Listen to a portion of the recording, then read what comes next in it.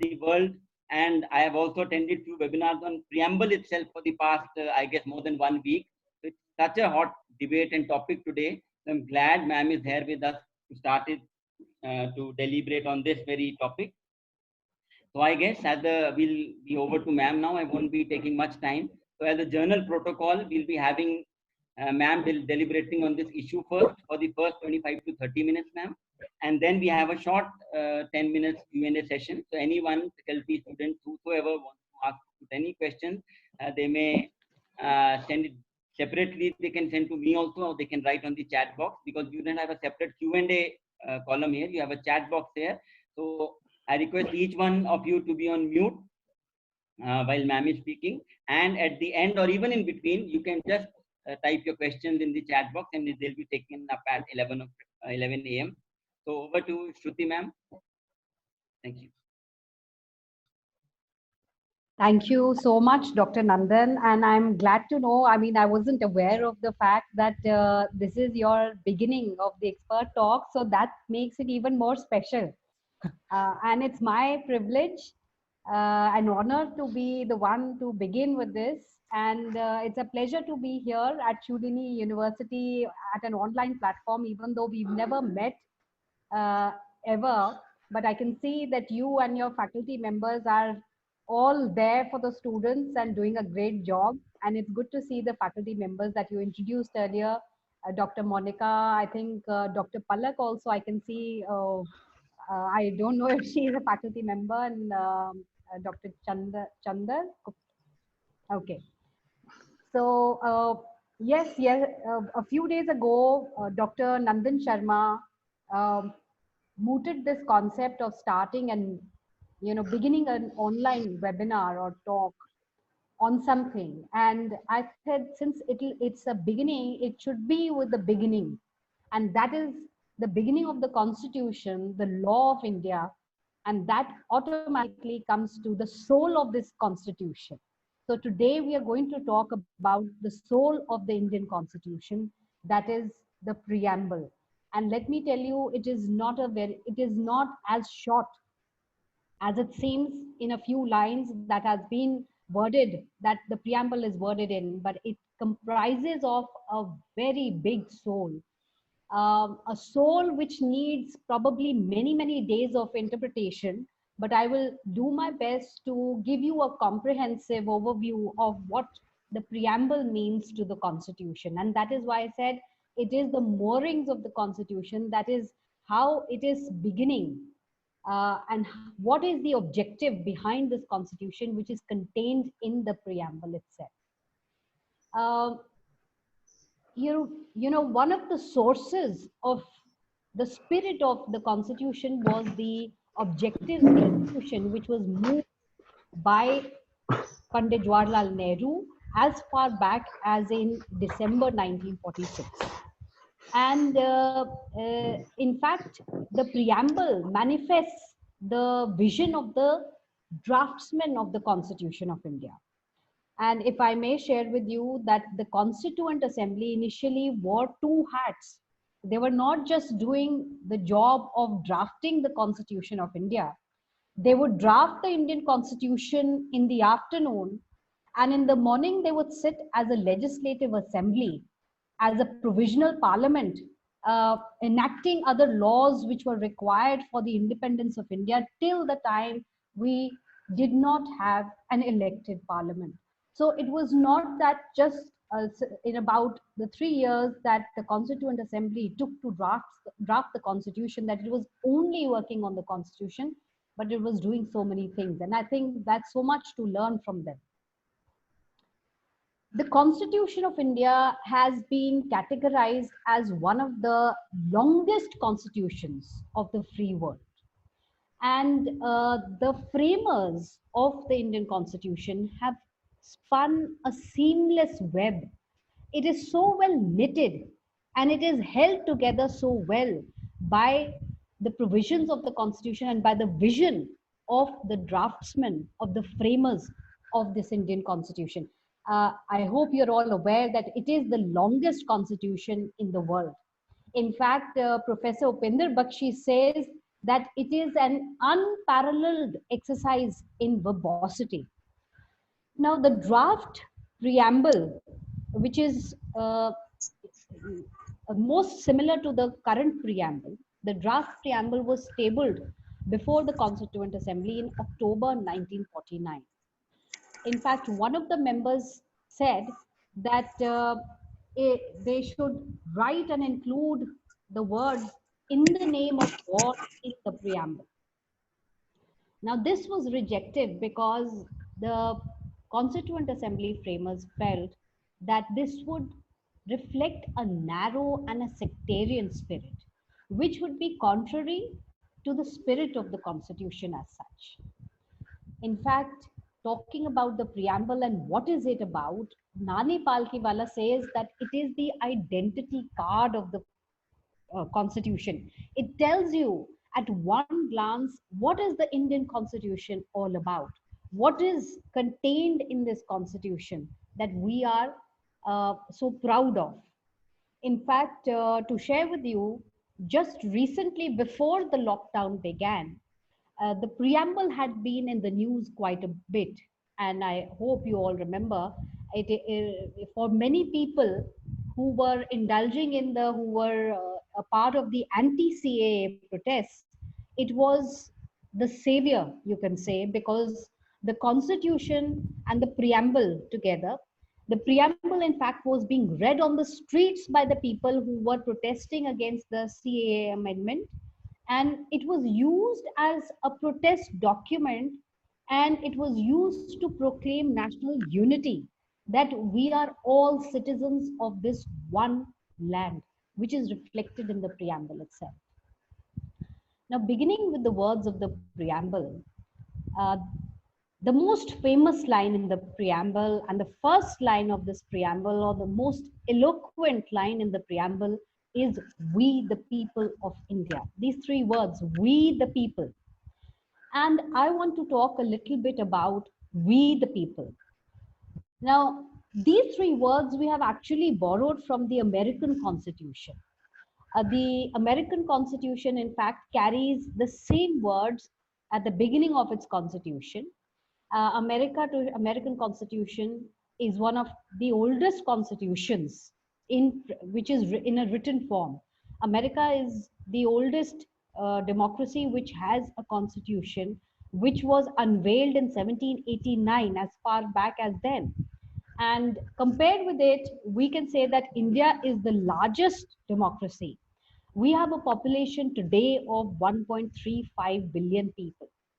Now, the question which arises is that the majority of these 1.35 billion people were not present on 26th of January 1950.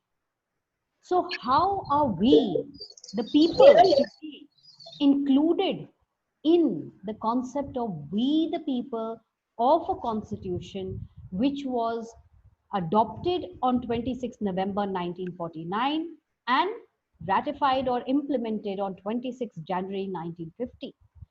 I wasn't there, and I'm sure none of you people were there. You were all youngsters. So how is it that we are included in this "we the people of India"? And a very innovative answer, I can say, an extremely intelligent answer was given by one of the members of the US Congress. She's named as Barbara Jordan. And she said that it is within the process of the amendment, the judicial interpretation, and the court cases, which ultimately leads to the inclusion of the people in the concept of "we the people." Because when the parliament amends the constitution, it gives meaning to the needs and requirements of the people. See, the constitution in any country is not only a historical document, it is an ongoing project. It is something like a living constitution, and a living constitution must adapt, must move, must reflect the needs and the requirements of the people of the society. So the part and the job of the parliament, in fact, is to amend the constitution to bring it in consonance with what the people of that country want. The judiciary also does this job through interpretation of different cases and matters of constitution which come up before it. Because when it interprets and when it decides the cases pertaining to the constitution, it molds the constitution to suit the needs of the people, to provide justice to the people of this country. That is how the constitution is said to be belong to we the people. It is we the people who have made this constitution, and it is we the people who are talking about who are the preservers and who are the real sovereign behind this constitution. It is how we look at it, how we work with it, and what we do with it will be the most important deciding factor in the future. Because during this, there are many allegations against the judiciary during this COVID-19 lockdown that it is not really standing up to for the rights and the needs of the people at this time. There are so many press reports and so many people coming out and saying that. A little bit of that we will touch on subsequently during the course of this talk. Now, initially, we had in the beginning three words: sovereign, democratic, republic. We did not have two words in the constitution, which were added to it later in 1976 by the 42nd Amendment. Those two words were socialist and secular. What is a sovereign? Sovereign basically means that we are not governed or ruled by any foreign power. And we are a free country, we are a free land, we are a free people. Actually, the real sovereign in this country is the people of India. And that is what is reflected in the three words, we the people. So it is we the people who are the source of this constitution, who are the power behind this constitution.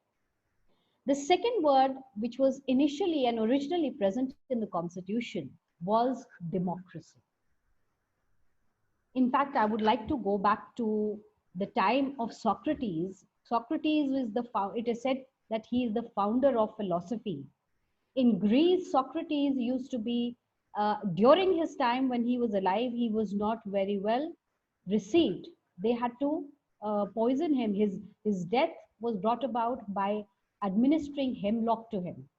Now, according to Socrates, he said that he did not really believe in the philosophy of democracy, because he said that democracy basically means where the people elect the ruler or the person who will govern them. And he said that the process of election is not something which is appetizing, because in a democracy where we have universal adult franchise, where every person above the age of 18 is allowed to vote, means what? That everyone, whether they know and whether they are rational beings, whether they have the wisdom to really vote for the correct person and bring him to power or not, is something which you cannot distinguish.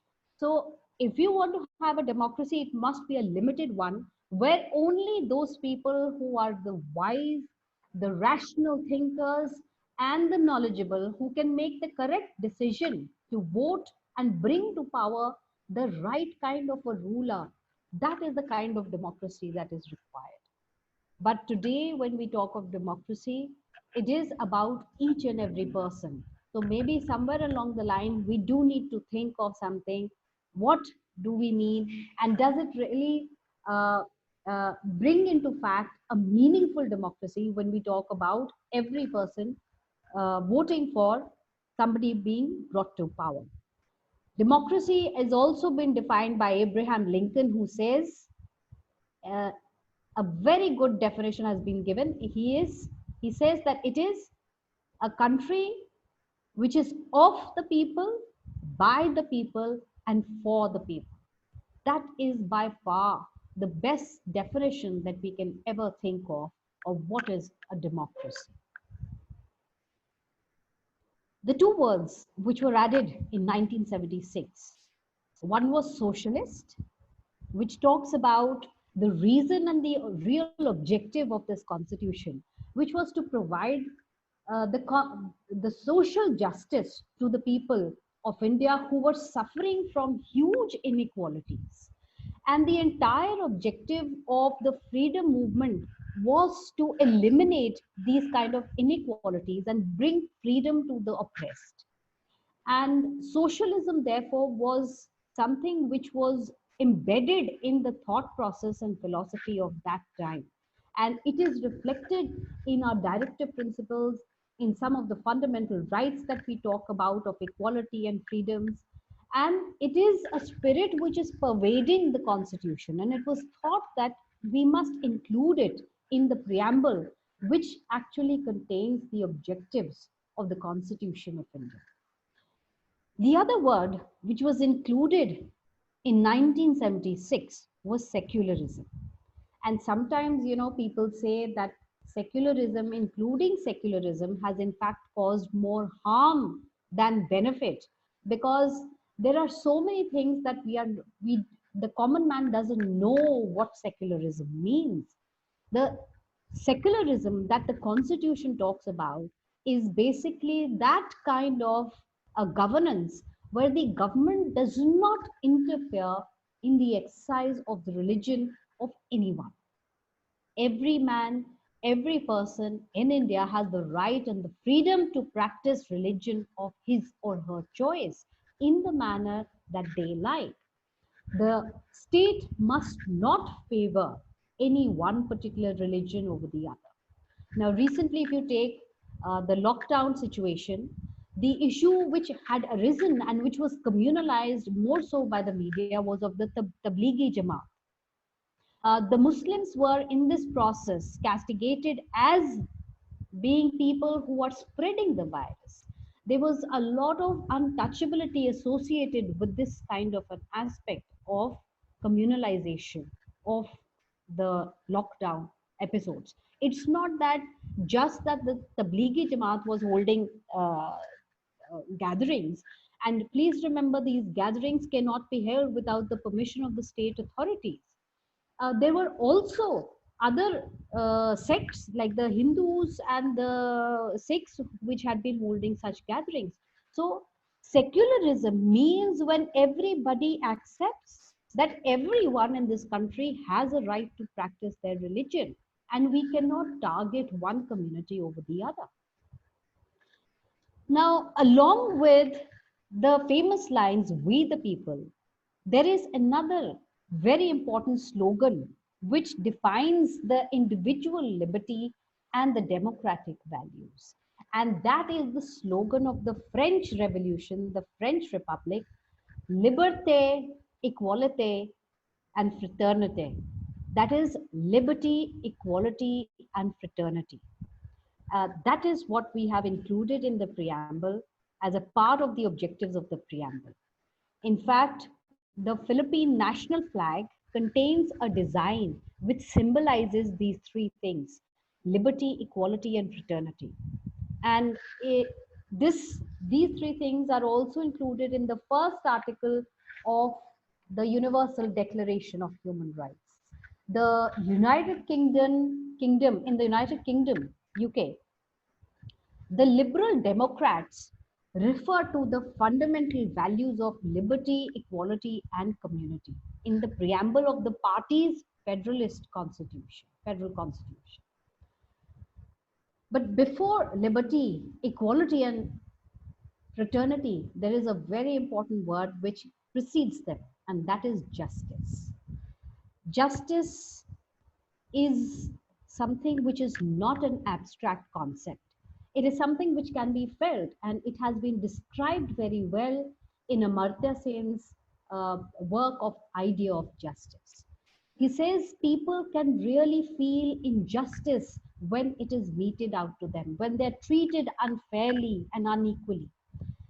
In fact, Leo Tolstoy, in the opening lines of his book, Anna Karenina, says that all happy families resemble one another. But each unhappy family is unhappy in its own special way or its own peculiar way. And if we look at today's COVID 19 crisis, this is so true. The COVID 19 crisis today has consumed all the countries in the entire world. But every country is dealing with its own special and peculiar problems. For India, it is the poor, the disadvantaged, the vulnerable, the daily wage worker, the migrant labor, which is really bearing the brunt of the unfairness of the outcome of this lockdown, because they are dying of hunger. They have no livelihood. They do not have a place to live. They do not know where to go, and they are roaming around on the streets trying to get back home to their families.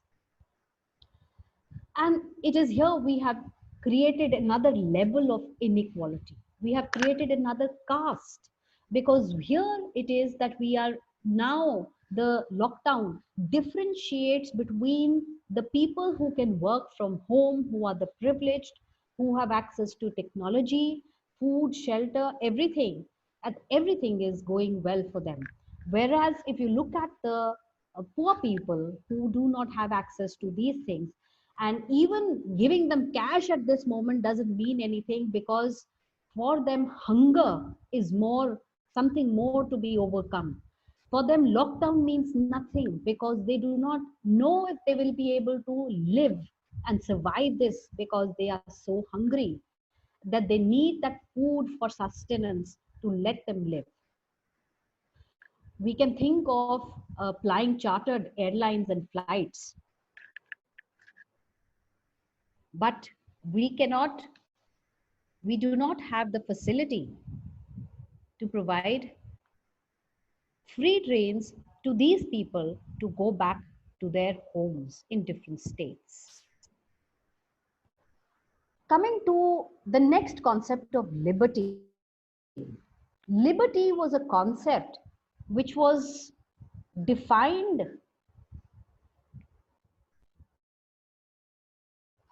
There's some kind of a problem here. Can you people hear me? Yes, ma'am. Yes, ma'am, you are audible. Okay, okay, thank you. Yes. Because there was the screen is not moving. All right. Yes.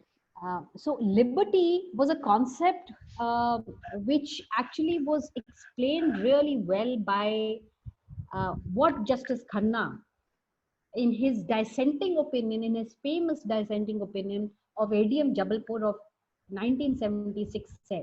He said, liberty is not ours or the states to give to its people. It is inherent in everyone. A constitution does not give liberty to the people. Liberty is already there in existence in the people. So it is foolish to assume that you have the liberty because the government or the state or the constitution says so. No. The people have always had the liberty and they will always continue. It is their basis of being human, the concept of liberty. Equality, I have already talked to you about how badly it is suffering during these times. It is during these times that equality is the one which has taken the worst setback, felt the worst setback, and where we have actually highlighted the inequalities in our society by treating the poor, the vulnerable, and the disadvantaged in a further discriminatory fashion. Fraternity. At this point of time, in this lockdown, in fact, it is this brotherhood, the feeling of brotherhood, which is the most essential, which is the most important. When we target, our constitution provides that fraternity should be such that it inculcates a feeling of unity and integrity amongst the people. But where is that feeling? But where is this common brotherhood and the feeling when people are attacking those people who are protecting us, like the doctors, the police, the Health workers are being attacked by people themselves. These are the people who are actually working for you. How are you doing this? Where is the feeling of fraternity and common brotherhood when we act like this? So, actually, what Baba Sahib Ambedkar said about the constitution was that a constitution can only be as good as its people, and it can only be a guiding star. It can only define and tell you what to do, but ultimately the values lie with the people. It is the people who actually work a constitution. So a preamble which defines the objectives of the constitution is only as good as the people who actually carry out those objectives. So if there's anyone to blame, it is ultimately the people who work this constitution.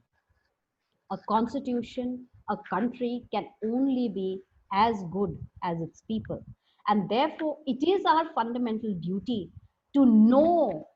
In fact, the constitution should be made something like a common sense. It should be made available to everyone.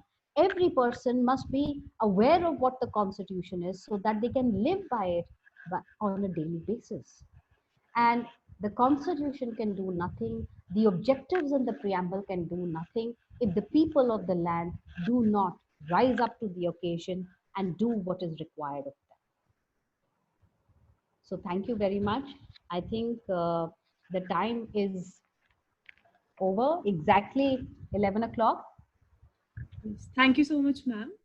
I'm Palak Sharma. It was a very informative session, and I hope every student will learn something from this for sure. So there are some set of questions which I would like you to answer them. Yeah, actually, I cannot see something on my screen, so it will be good if you can read it out to them, sure. and then I can answer. Sure, ma'am. The first question is from a faculty member, Monica Thakur, and she's asking, what can be termed as the main components of preamble? Will it be we the people, or it is solidarity, sovereign, or integrity, etc.? The main components of the preamble is every word of the preamble. I would say that every word of these few lines are so significant and so important. If you remember, during just before the lockdown in January, February, the people were going out on the streets and reading this constitution, the preamble. Why? Why were they doing it? Because it was felt that every word of this constitution was able to convey that it is the people of this country who are hurt by what is being done to them, and it is in togetherness, when they are being given meted out justice, when they have the liberty and the equality and the fraternity, that the real meaning of the citizen of this country comes forth. We are a sovereign, we are secular, we are socialist, we are democratic. Every word is important, and every word signifies the real and the true spirit of the Constitution of India, I would say. Okay, ma'am. Thank you so much. And one more question is there, ma'am. I just want to ask you, what is the relevance of preamble during COVID-19? I think I have really tried to touch upon every aspect of that during. So the preamble is so relevant because it tells the people what to do. It tells the government what to do in such a situation. It says that justice is for all. So when the government acts in a particular manner, it must remember that its actions must not result in inequality. So the lockdown was declared equally for all, but it has the result, the impact of the lockdown has been unequal, because for the poor people, it has resulted in far more discrimination. It is the rich who are sitting comfortably at home who can do something about the situation and be safe, but it is the poor, and therefore there is more inequality, injustice in what is happening. Equality is under threat because of these actions. Liberty of an individual, we have to be careful. We have to remember that we have the freedom, but we must remember also that this liberty also includes the dignity of an individual. the right to live with dignity, because we are not animals. And the Supreme Court, time and again, under Article 21, has stated that right to life is something much more than a mere animal existence. And the other thing which it says is that it also includes as a fundamental right the right to livelihood, which is the one which is really under effect during this lockdown. So there is so much that we need to. And on the part of the citizens have a duty to live with brotherhood, the feeling of fraternity, the feeling of being in a community together to fight something and to get back, the feeling of unifying yourselves for the best of the country, so that the country is able to come. Thank you so much, ma'am. Now I guess time is not permitting us to take more queries.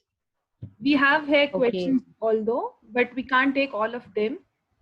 So All right. I would like Dr. Nandan sir to please thank ma'am for this amazing webinar with a very informative session. Thank you, Palak. So yes, I totally agree with Palak. It was really an eye-opener, a very educative, informative talk, Shruti ma'am, and not only for the students, I guess, but also for the faculty members and many more, because some of the concepts were really, which I also, I had to take notes for because it was new for me also. So thank you very much to all the participants, students, for taking out time. Some of the faculty members, my ex-colleagues also, from outside Shulini also. Thank you so much, everyone. And special thanks again to Professor Dr. Shruti ma'am. Ma'am, would be really appreciating if we can have you in our faculty, in our campus someday after COVID. Thank you so much.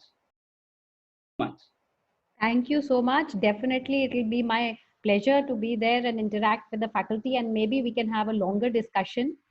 Somehow my screen has, there's something wrong and I cannot see anyone. But let me say that it's been an absolute pleasure to be here and speak with all of you and interact with you. I thank you, Dr. Nandan, and I also thank all the faculty members and the students. I hope we have another opportunity to actually be together.